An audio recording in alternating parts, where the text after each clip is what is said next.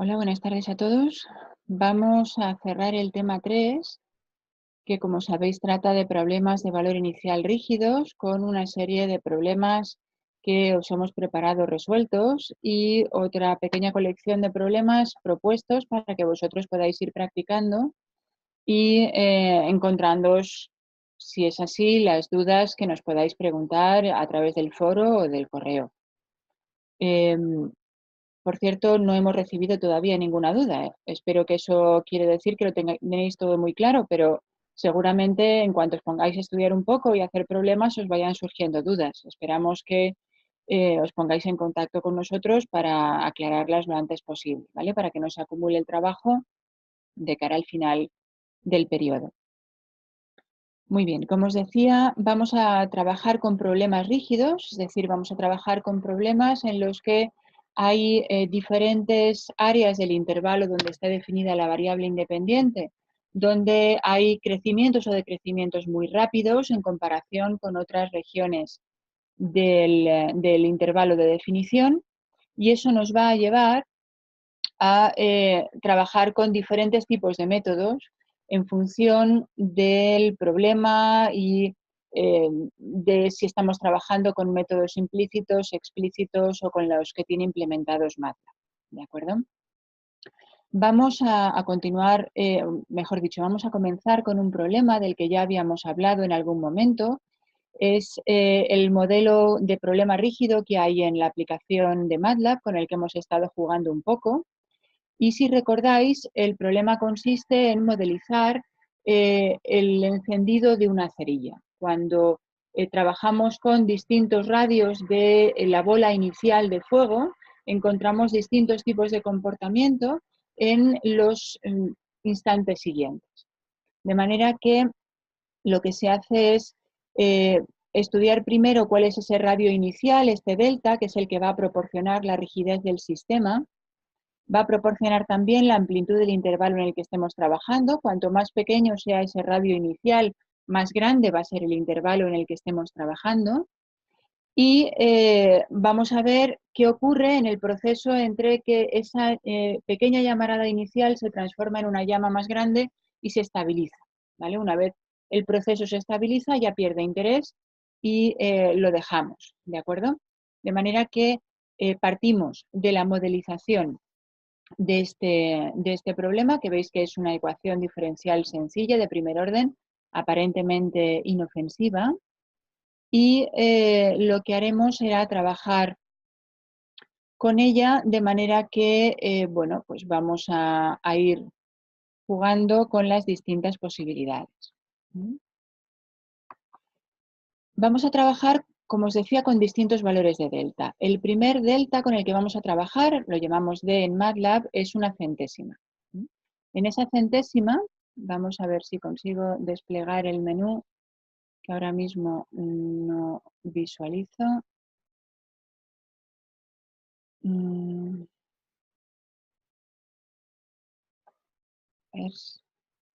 Aquí está. Bueno, pues ahí. Vamos a trabajar, como os decía, con un radio inicial de la llama de una centésima y vamos a ejecutar dos de los métodos de orden 4 que conocemos del tema de teoría, uno explícito y uno implícito. ¿Vale? Trabajamos en primer lugar con run ejecuta de orden 4. Este método de orden 4 le estamos dando la función donde hemos descrito la ecuación diferencial de primer orden, le estamos dando el intervalo donde está definida la variable independiente, que es el tiempo, le estamos dando también el número de subintervalos con el que queremos trabajar y el valor de la condición inicial, ¿vale? Que es el parámetro delta. Cuando jugamos con estos dos métodos, con run-ejecuta de orden 4 y con Adams-Moulton de orden 4, vemos que el comportamiento es similar, pero si nos fijamos en el detalle de las transparencias, veremos que hay ya ciertas diferencias. Por ejemplo, el método de run-ejecuta de orden 4 vemos cómo empieza a crecer lentamente, luego tiene una zona de crecimiento brusco y aquí empieza a oscilar, no consigue estabilizarse alrededor de un valor, pero fijémonos que está oscilando alrededor de 0,6 aproximadamente, ¿vale? Mientras que el método de Adams-Moulton, para el mismo número de subintervalos, las mismas condiciones, tiene la misma región de crecimiento lenta al principio, pero luego la estabilización se produce alrededor del 1, que es el valor real en el que se tiene que estabilizar, ¿vale? Con lo cual, ya con este pequeño número de subintervalos, con 50, con el mismo orden de convergencia entre Adams-Moulton y Runge-Kutta, estamos viendo un mejor comportamiento a pesar de las oscilaciones en el método implícito, ¿vale? Por tanto, a falta de otras opciones, el método implícito ya podemos deducir que parece que funciona mejor que el método explícito, ¿vale? En las mismas condiciones. Aún así hay que mejorarlo porque sigue oscilando mucho, ¿vale? Con lo cual ese resultado que nos proporciona Adams-Moulton necesita de una mejora y vamos a seguir trabajando en ello. En la transparencia siguiente lo que hacemos es seguir trabajando con una centésima en el radio inicial de la llama, pero en este caso estamos trabajando con el comando de MATLAB OD45. Recordemos que este es un algoritmo de orden 4 que utiliza paso adaptativo y que no está pensado para para problemas rígidos, ¿vale? Con lo cual, a pesar de eso, podemos ver cómo nos proporciona, hemos dibujado en este caso en lugar de una línea continua el conjunto de puntos aislados donde ha conseguido la solución aproximada OD45 por una razón. Porque OD45, como la mayoría, como todos los métodos de resolución de problemas de valor inicial de MATLAB, trabaja con un número variable de nodos, son métodos adaptativos, y entonces vemos cómo realmente el número de puntos con el que está trabajando es muy distinto antes del desnivel y después, ¿vale? De manera que le hemos preguntado a MATLAB cuál es el tamaño de la solución para ver realmente con cuántos puntos está trabajando. OD45 está trabajando con 157 puntos. La aproximación que proporciona es mucho mejor que la de Adams-Moulton o Runge-Kutta de orden 4, porque fijémonos en que después de este ascenso brusco se estabiliza en la solución que es 1, el radio final debe ser 1, con lo cual, bueno, pues es un método adaptativo de orden 4 que estamos viendo que ya se comporta mejor que Adams-Moulton y Runge-Kutta, pero ellos tenían la desventaja de un número de puntos muy inferior, ¿vale? Vamos, por tanto, a continuar y a seguir mirando cómo podemos ir trabajando con este problema con las herramientas de las que disponemos. Otro de los algoritmos que está implementado en MATLAB, y este sí es específico para problemas rígidos, para problemas STIR, es el OD15S, que de hecho es el que dijimos que en general es el aconsejado, ¿vale? Para utilizar en este tipo de problemas. Cuando trabajamos con este algoritmo, vemos que la solución que nos proporciona es muy, muy buena, ¿vale? Vemos como no hay oscilaciones, se estabiliza en el 1. Fijémonos que aún dibuja una parte de la gráfica por encima del 1 y eso quiere decir que en algún momento algún valor de la solución está cerca del 1,4, lo que pasa es que son puntos muy aislados y no los llegamos a ver, ¿vale?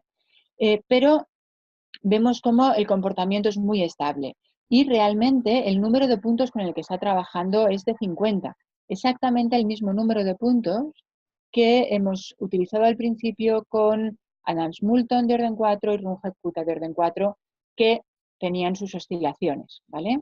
Con lo cual ya estamos viendo cómo para este caso más sencillo, con pocos puntos, evidentemente el método que mejor funciona es el que está especialmente diseñado para algoritmos, para problemas rígidos, ¿vale?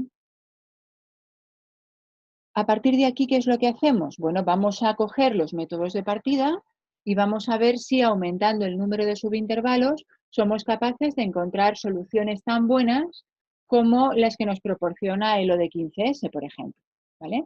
Y eso lo conseguimos en parte, fijémonos. Seguimos trabajando con radio inicial una centésima, ¿de acuerdo? De manera que vemos cómo el algoritmo de Runge-Kutta de orden 4, con 100 subintervalos, ya nos proporciona una aproximación de la solución muy buena. Ya no hay oscilaciones nos acercamos rápidamente al 1 y nos estabilizamos ahí. Lo mismo ocurre con Adams-Moulton con el método implícito del mismo orden, con 100 subintervalos. Es decir, necesitábamos más subintervalos para evitar las oscilaciones que veíamos al principio. ¿Qué más información estamos proporcionando aquí? Estamos proporcionando la tolerancia del método de resolución de ecuaciones no lineales que utilizamos dentro de Adams-Moulton. ¿Vale? Porque recordemos que al ser un método implícito, en cada paso del proceso hemos de resolver una ecuación no lineal. La resolvemos mediante el método de Newton, que es orden 2. Y tenemos que proporcionarle una tolerancia, un error aceptable, y ver si con esa tolerancia es suficiente para encontrar una buena solución de nuestro problema. ¿Vale? En este caso, basta con una tolerancia de 10 elevado a menos 4 y 100 subintervalos para que el método de Adams-Moulton nos proporcione una buena solución de nuestro problema. ¿De acuerdo? Bien, ¿qué ocurre cuando fijamos el número de subintervalos en una cantidad más elevada? Por ejemplo, 1000 subintervalos. ¿Hay alguna diferencia entre la solución que nos proporcionan los dos métodos?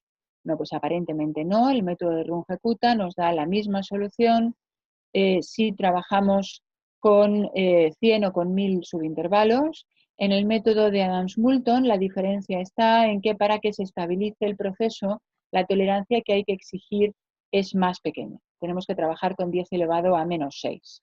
¿Vale? Con lo cual, evidentemente, en este caso es mucho mejor trabajar con 100 subintervalos, que ya nos proporciona una buena solución, y además necesitamos una tolerancia más pequeña. ¿Vale? No por el hecho de trabajar con más subintervalos van a resultar las cosas más fáciles, como se ve aquí, puesto que la tolerancia ha de ser más exigente en el caso del método implícito. Muy bien. ¿Qué más podemos observar?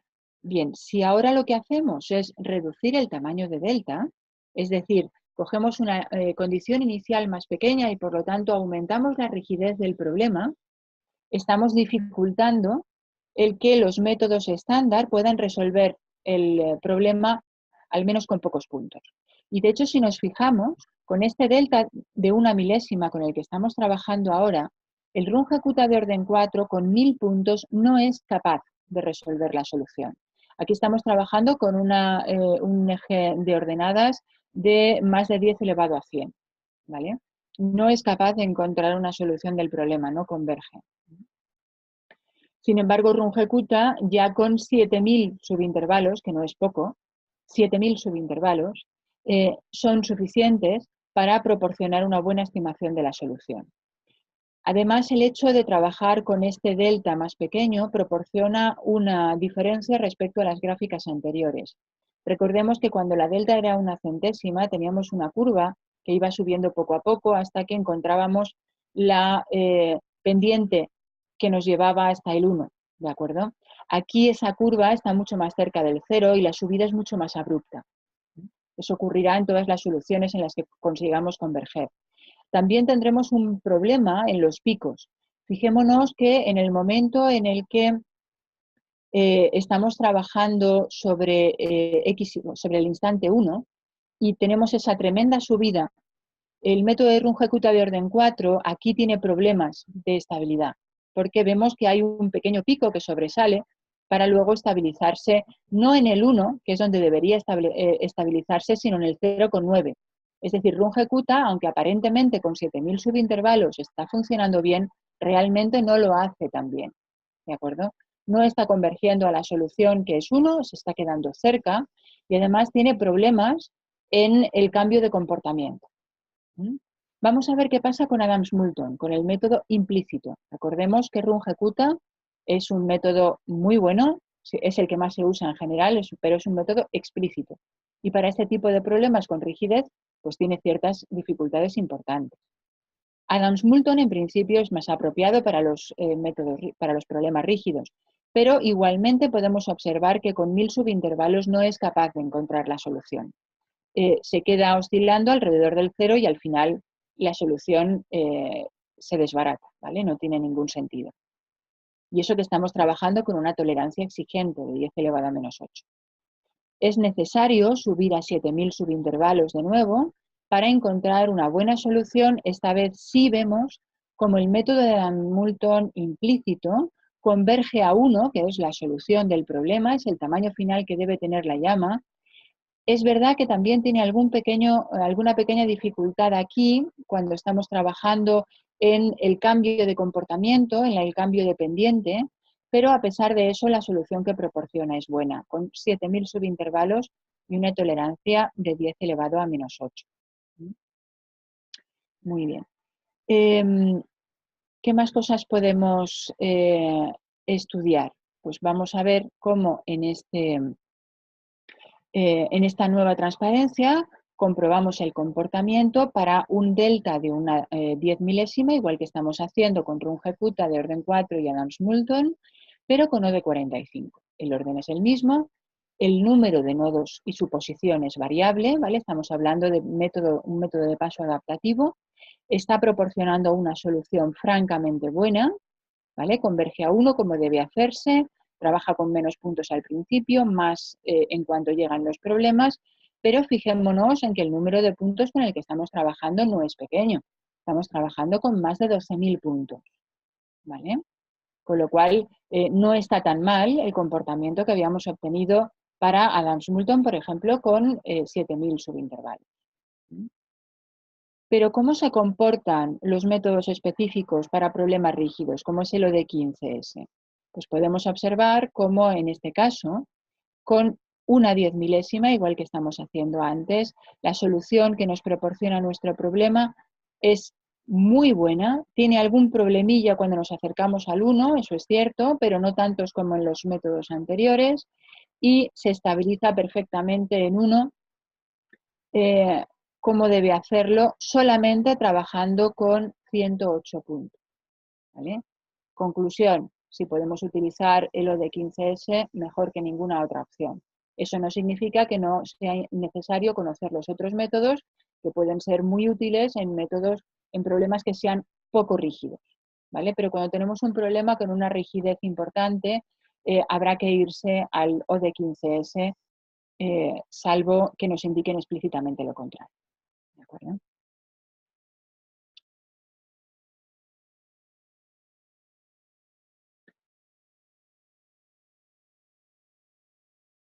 Muy bien. Pero para hoy tenemos también un problema de valor inicial en el que tenemos una ecuación de primer orden, tenemos un lambda que multiplica a la función incógnita, tenemos también un término que perturba a ese valor, a ese lambda i, que es el seno de x.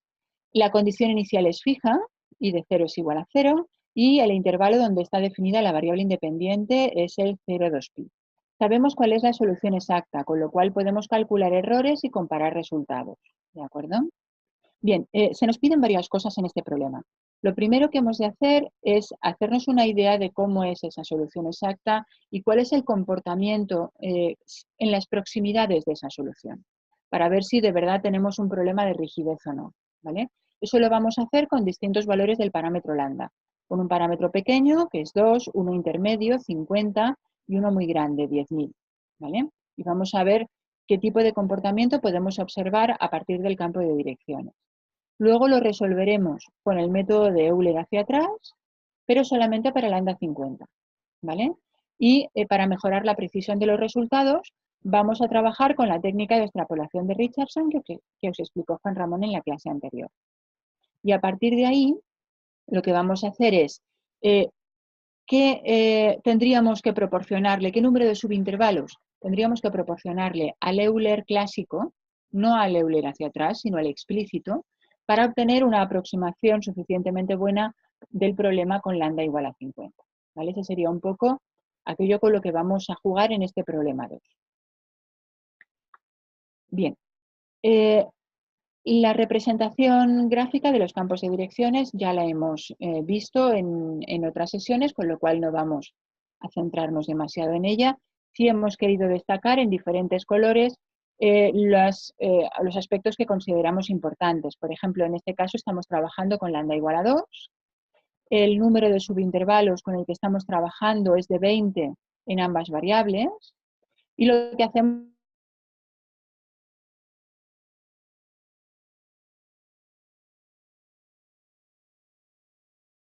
esto, ¿vale? De manera que podemos ver cómo las flechas del campo de direcciones nos proporcionan una idea muy buena del comportamiento de la solución.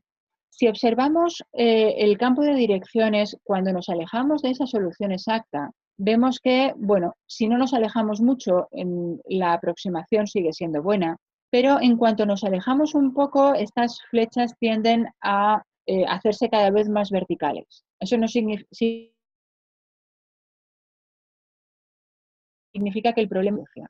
Aquí necesitamos todavía alejarnos bastante, con lo cual no es previsible tener muchos problemas cuando aproximemos la solución para lambda igual a 2, pero si nos fijamos en lambda igual a 50, vemos que prácticamente los campos de direcciones son verticales, excepto si estamos muy, muy cerca de la solución exacta, ¿vale? Con lo cual, para lambda igual a 50 ya vamos a tener problemas de estabilidad, ya vamos a tener un problema rígido, ¿vale? Y mucho más si nos vamos a lambda igual a 10.000, ¿vale?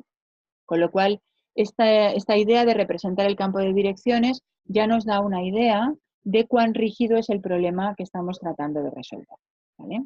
Y eso también nos tiene que poner en la brecha de qué tipo de métodos va a ser mejor que utilicemos. Ya hemos visto que es mejor utilizar un método implícito que uno explícito, y si los métodos implícitos no son suficientemente buenos, pues entonces habrá que irse ya a los específicamente diseñados para los problemas rígidos, ¿vale? ¿Cómo se comporta el método de Euler hacia atrás? Es el método implícito más sencillo que hemos visto, es orden 1, ¿vale? Y para lambda igual a 50, que ya tenemos problemas de rigidez, vemos que si utilizamos Euler hacia atrás, fijémonos, nuevamente f es la función donde hemos almacenado la ecuación diferencial de primer orden. Le proporcionamos el intervalo, los extremos del intervalo donde está definida la variable independiente. La condición inicial, en este caso estamos trabajando solo con 4 subintervalos, ¿de acuerdo? Solo 4 subintervalos. La precisión con la que pretendemos resolver la ecuación no lineal que resuelve el problema implícito dentro del método de Euler es 10 elevado a menos 6. No queremos pillarnos los dedos porque tenemos un problema con una rigidez importante y le damos un número máximo de 20 iteraciones, ¿vale? Como tenemos la solución exacta y la hemos calculado previamente, podemos calcular cuál es la norma del error exacto en cada uno de los nodos, de los 5 nodos, donde hemos aproximado la solución. Y vemos que a pesar de ese pequeño número de subintervalos, el error exacto es muy pequeño ya. Tenemos 2 centésimas de error exacto en norma, ¿vale? Con lo cual es francamente una buena solución. Pero si duplicamos el número de subintervalos y ahora volvemos a aplicar Euler hacia atrás con 8 subintervalos en lugar de 4, vemos cómo se reduce a la mitad el error. Lógico, porque estamos trabajando con un método de orden 1, ¿vale? Como ya hemos hecho 2 aproximaciones con el método de Euler hacia atrás, duplicando el número de subintervalos, podemos aplicar la extrapolación de Richardson. Multiplicamos por 4 la aproximación con 8 subintervalos, le restamos la aproximación con 4 y lo dividimos por 4 menos 1, ¿vale? Fijémonos que para poder hacer la diferencia entre I8 e I4, hemos de coger solo las componentes que corresponden al mismo nodo de la variable independiente. Es decir, si yo tengo 5 nodos en la solución de I4, en la solución de I8 yo tengo 9, no puedo comparar 9 nodos con 5. Lo que hago es comparar el primero con el primero, el tercer nodo de I8 con el segundo de I4, el quinto de I8 con el tercero de I4 y así sucesivamente, ¿vale? Porque todos corresponden al mismo valor de la X. ¿Qué hemos obtenido como resultado al hacer la extrapolación?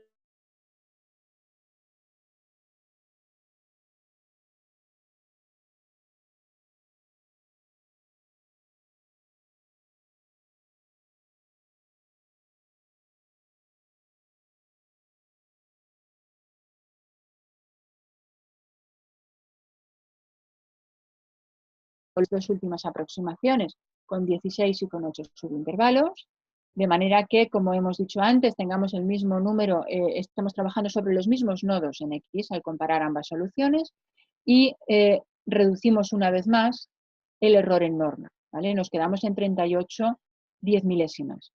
Y como ya tenemos dos aproximaciones por Richardson, podemos hacer una nueva mejora por Richardson, esta vez con la potencia 2 de 4, es decir, 16 veces Richardson con 16 menos R8 partido por 15, y esto nos deja el error en 35/10.000.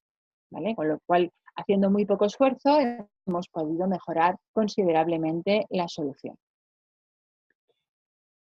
Esto en cuanto a Euler hacia atrás, con lambda igual a 50, ¿vale? Y con muy pocos subintervalos. La última pregunta nos planteaba qué podíamos hacer con el método explícito de Euler para asegurar la convergencia con este problema rígido de lambda igual a 50, ¿vale? Cuando os explicó Juan Ramón la estabilidad del método explícito de Euler, visteis que la condición para asegurar la convergencia era esta que tenemos aquí. Debíamos asegurar que 1 menos lambda h, siendo h el paso de la partición del intervalo de la variable independiente, sea en valor absoluto menor que 1. En este caso, h es la amplitud del intervalo 2pi partido por el número de subintervalos n. Con lo cual, realmente, al exigir esta condición de convergencia, lo que estamos exigiendo es que la h sea menor que un 50avo, o lo que es lo mismo, que el número de subintervalos sea mayor que 314. ¿Vale? Con lo cual, lo que hacemos es ejecutar el método de Euler con 315 subintervalos, compararlo con la solución exacta y vemos que efectivamente encontramos una buena solución. ¿Vale? Pero ya estamos trabajando con 315 subintervalos. Cuando encontramos una solución mucho mejor, únicamente trabajando con 16 subintervalos si trabajábamos con el método implícito de Euler, ¿vale? Con el método implícito y con la extrapolación de Richardson. ¿Vale? Es decir, es un buen aliado la extrapolación de Richardson y los métodos implícitos para tratar de mejorar la aproximación cuando trabajamos con métodos de orden bajo. Y es que cuando trabajamos con problemas rígidos, normalmente los métodos de orden bajo se comportan mejor, los implícitos de orden bajo, que los de orden más alto, ¿vale? Son más estables. Eso lo vamos a ver también a continuación en el tercer problema, porque tenemos problema con la conexión a red. Me vais a disculpar un segundo. Vamos a ver. Vamos a acceder de nuevo a la transparencia y podemos...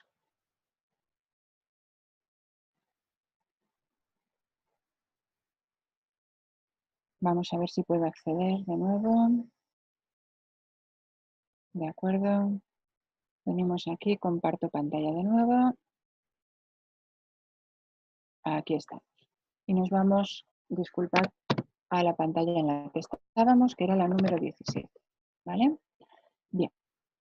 Tenemos el tercer problema en el que vamos a diseñar un método implícito de orden superior al de Euler, en este caso va a ser de orden 2, mediante la fórmula de los trapecios. Es decir, vamos a coger el mismo proceso que nos llevó a diseñar el método de Heun explícito de orden 2, o el que llamábamos un ejecuta de orden 2 explícito, para diseñar un método implícito que nos sirva para aproximar con buena precisión y pocos subintervalos los problemas rígidos.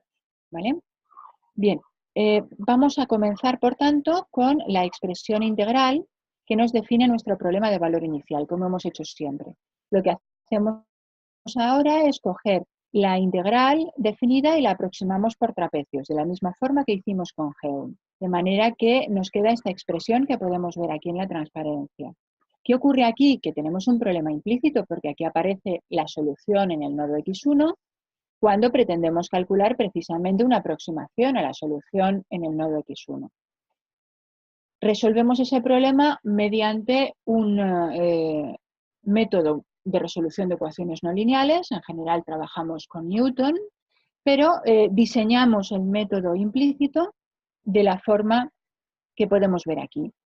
La aproximación de la solución en el nodo k+1 la obtendremos a partir de la solución en el nodo anterior, menos, como veíamos aquí en la fórmula de los trapecios, h medios, que multiplica a la suma de la función que nos define la ecuación diferencial. En el nodo anterior, que no hay ningún problema porque sabemos cuál es ya la aproximación, pero aquí nos aparece también la aproximación a la solución en el nodo siguiente. ¿Cómo resolvemos este problema? Pues como hicimos en el caso de Euler hacia atrás, utilizaremos Newton, ¿vale? Y la ecuación no lineal que hay que resolver, G de I sub k más 1 igual a 0, donde I sub k más 1 es, por supuesto, nuestra incógnita, es la que tenéis aquí al final de la transparencia, ¿vale? Que es la propia expresión del método implícito, donde hemos volcado toda la información a la izquierda del signo igual, ¿de acuerdo?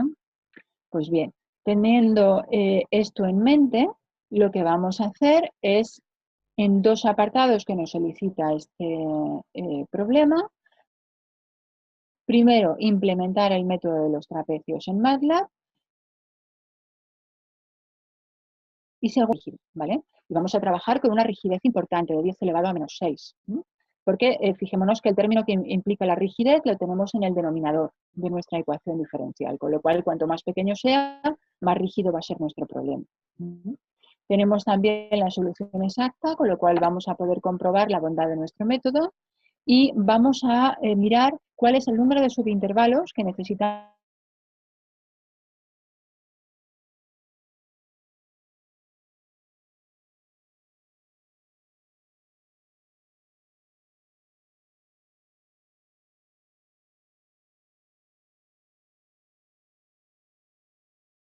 utilizar. Orden 1 y orden 2. Vamos a... Muy bien, pues entonces la programación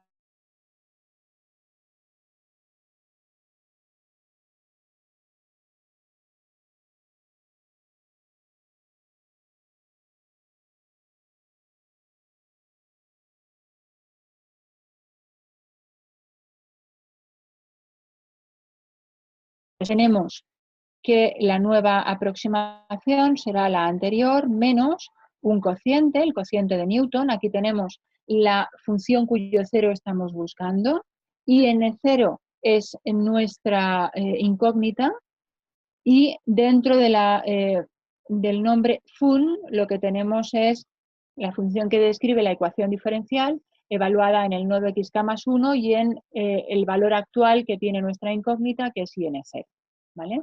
Fk es el valor de la función de la ecuación diferencial en el nodo anterior. ¿Y qué tenemos en el denominador de Newton? Pues la derivada del numerador, pero la derivada respecto a nuestra incógnita. Nuestra incógnita es IN0, con lo cual si en el numerador derivamos respecto a IN0, tenemos 1, ¿vale? Menos, esto es 0, y aquí como sí aparece dentro de fun, porque lo hemos utilizado en la evaluación de la función, pues vamos a tener este menos h medios multiplicado por la derivada de la función respecto a la incógnita, que estará almacenado dentro de la función f, ¿vale? Igual que ocurría en el método de Euler hacia atrás, no nos basta con almacenar la función que nos describe la ecuación diferencial, sino que tenemos que almacenar también una segunda variable de salida donde tenemos su derivada respecto a la incógnita, ¿vale? De esa manera, en este bucle while estamos trabajando con el método de Newton que resuelve esa ecuación no lineal, que resuelve el problema implícito, y eso, cuando hemos conseguido una solución lo bastante buena de esa ecuación no lineal, nos permite coger el último iterado y almacenarlo dentro de la componente K más 1 de la solución aproximada, ¿vale? Esto es, a grosso modo, cómo programamos el método de GEON implícito, ¿vale? Para ecuaciones. Vamos a ver cómo lo aplicamos sobre el problema concreto. El problema concreto lo hemos almacenado en esta función que podemos ver en la transparencia. Fijémonos que, como hemos dicho, tenemos dos variables de salida, una que nos describe la propia ecuación diferencial y otra que nos describe su derivada respecto a la incógnita, ¿vale? El epsilon, como nos lo da el problema, lo ponemos aquí dentro, 10 elevado a menos 6, y la función que nos describe la ecuación diferencial, pues es menos 2pi por el seno de 2πx, menos 1 partido de epsilon, la incógnita i, menos el coseno de 2πx, ¿vale? Con lo cual, Si derivamos respecto a la incógnita, lo que tenemos es menos 1 partido de epsilon, que es lo que hemos almacenado dentro de la variable de salida de fun. Ya tenemos la función almacenada y ya podemos utilizarla cuando llamemos a Euler hacia atrás o a Geun implícito, ¿vale? Para responder correctamente a la pregunta que nos hace el enunciado, recordemos que lo que nos decía era que averiguáramos el número de subintervalos necesario con los dos métodos para que el error exacto fuera menor que 10 elevado a menos 9. Entonces lo que hemos hecho es plantear un pequeño script, una pequeña función en la que comenzamos trabajando con dos subintervalos y lo que hacemos es llamar al método en cuestión, en este caso Euler hacia atrás, luego lo haremos con Geun implícito. Para el vector de nodos resultante calculamos la solución exacta en cada uno de esos nodos y comparamos el error máximo nodo a nodo entre la solución exacta y la aproximada. Aquí estamos trabajando con VPA3 porque le estamos pidiendo que nos dé 3 cifras significativas, ¿vale? En principio, si no lo hubiéramos puesto, pues nos daría el error con el formato corto o largo, en función lo hayamos puesto, pero no tiene mayor importancia. Bien, entonces, ¿qué hemos hecho aquí? Con esa tolerancia de 10 elevado a menos 9 que queremos para el error máximo, llamamos a Euler hacia atrás con nuestra función definida, trabajando con las condiciones iniciales, trabajando con el número de subintervalos que va a ir añadiéndose una unidad, iteración tras iteración, ¿vale? Le vamos a exigir a Newton una tolerancia de 10 elevado a menos 12 y 20 subintervalos de máximo, ¿vale? Después de ejecutar estas instrucciones, observamos que el error es exactamente 10 elevado a menos 9 cuando alcanzamos los 19.741 subintervalos, ¿no? Que no son pocos. Con lo cual, un método de orden 1 es demasiado pobre en este caso para poder soportar la rigidez de este problema. Es capaz de encontrar la solución, pero realmente el número de subintervalos es excesivamente alto. ¿Qué ocurre cuando trabajamos con el método de Geun en las mismas condiciones? Disculpad, pero se ha vuelto a ir la conexión a red.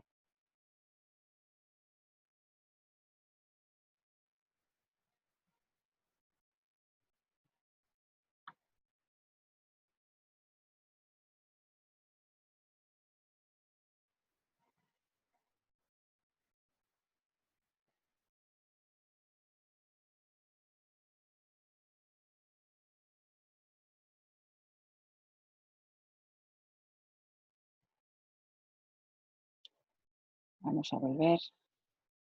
No está siendo una buena sesión. Vamos a abrir el fichero. De nuevo.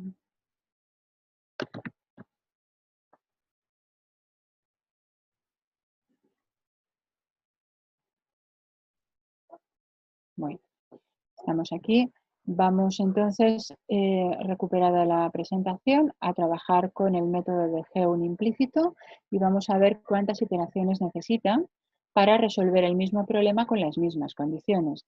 Y observamos que bastan 145 subintervalos para encontrar un error de 9,9 por 10 elevado a menos 10. Es decir, es muchísimo más eficiente un método de orden 2 implícito que el método implícito de orden 1. Es decir, no se limita a dividir por 2 el número de subintervalos, es mucho más eficiente. ¿De acuerdo? Con lo cual, el hecho de trabajar con métodos implícitos nos permite poder afinar mejor, poder trabajar con un menor número de subintervalos cuando tenemos problemas con cierta rigidez. Os puedo asegurar que si en lugar de lambda igual a 50 o un epsilon de una milésima como hay aquí, estamos trabajando con rigideces más importantes, entonces realmente tendríamos que irnos a lo de 15S, ¿vale? Pero para muchos problemas es suficiente con trabajar con un método implícito de orden no muy alto, pero el método de Geun de orden 2, algunos de orden 3 pueden ser suficientes para resolver nuestra problemática. Bien, a partir de aquí, ¿qué podemos hacer? Pues tenemos algunos problemas que os proponemos para que vayáis practicando y nos vayáis planteando las dudas. En este primer problema tenemos una ecuación diferencial, evidentemente aquí falta la prima, ¿vale?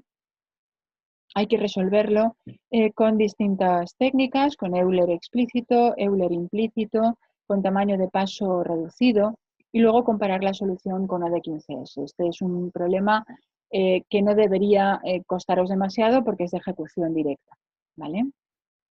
Aquí tenemos ya sistemas de ecuaciones diferenciales, de manera que sería conveniente adaptar en primer lugar todos los programas que tenemos hechos, sobre todo de los métodos implícitos, pero también los anteriores si no lo habéis hecho ya, para que trabajen con sistemas de ecuaciones diferenciales de primer orden.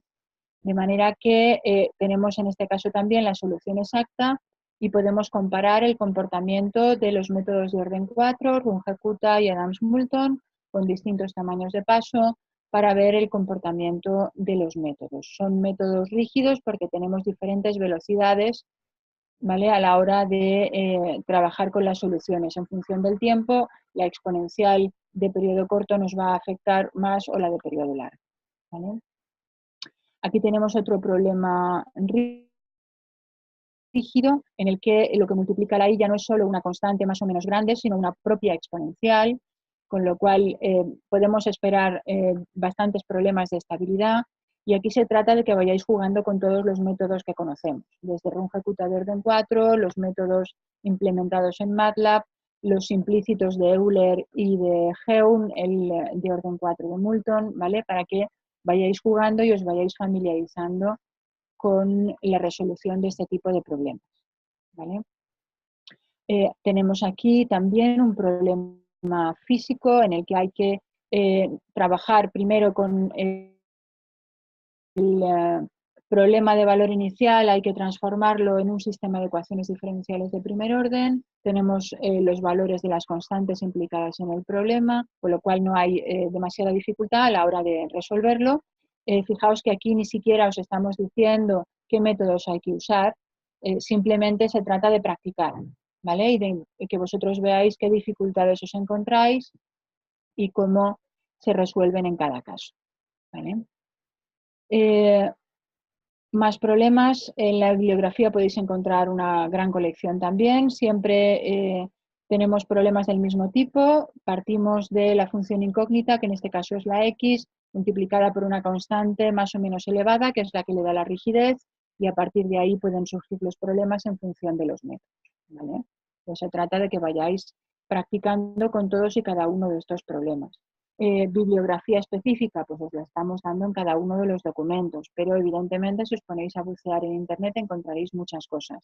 Hay que tener cuidado también con lo que encontráis, no toda la información es de fiar, con lo cual, pues bueno, yo sí os recomendaría que antes que mirar ninguna otra cosa, echéis un vistazo a los textos que os recomendamos nosotros, ¿vale? Con esto daríamos por cerrado el tema 3. Y antes de cerrar la sesión, sí me interesaría que echarais un vistazo a los documentos que hemos colgado ya en el tema 4. Vamos a cambiar de bloque. Hemos cerrado ahora mismo los problemas de valor inicial y vamos a entrar en los problemas de frontera, que son el núcleo principal de la asignatura. ¿Por qué hemos prestado tanta atención entonces a los problemas de valor inicial? Porque cuando trabajemos con problemas de frontera, en el tema 4, lo primero que vamos a hacer es utilizar la técnica de disparo. Esa técnica de disparo lo que hace es coger el problema de frontera que a priori no sabemos resolver y transformarlo en una colección de problemas de valor inicial que sí sabemos resolver, ¿vale? De manera que, como siempre en la ciencia, cuando tratamos de resolver un problema que a priori no tenemos una idea muy clara de cómo resolverlo, lo que hacemos es apoyarnos en la información que sí tenemos y en los problemas que sí sabemos resolver. Entonces, cuando hablemos de problemas de frontera unidimensionales, y ahora podemos dejar de compartir esta pantalla, cuando hablemos de problemas unidimensionales, lo que vamos a hacer es centrarnos en dos tipos de problemas que sí sabemos resolver, que son los de valor inicial y los sistemas de ecuaciones lineales o no lineales. De manera que si antes de las clases le podéis echar un vistazo a la documentación, pues os resultará mucho más fácil seguir, ¿de acuerdo? Pues bien, con esto damos por terminada la clase de hoy, el bloque de problemas de valor inicial, y ya la próxima semana comenzaremos, como os decía, con los problemas de contorno. Primero unidimensionales y luego ya pasaremos a los problemas multidimensionales con ecuaciones en derivadas parciales. ¿De acuerdo? Pues nada, que paséis un buen fin de semana y buenas tardes a todos.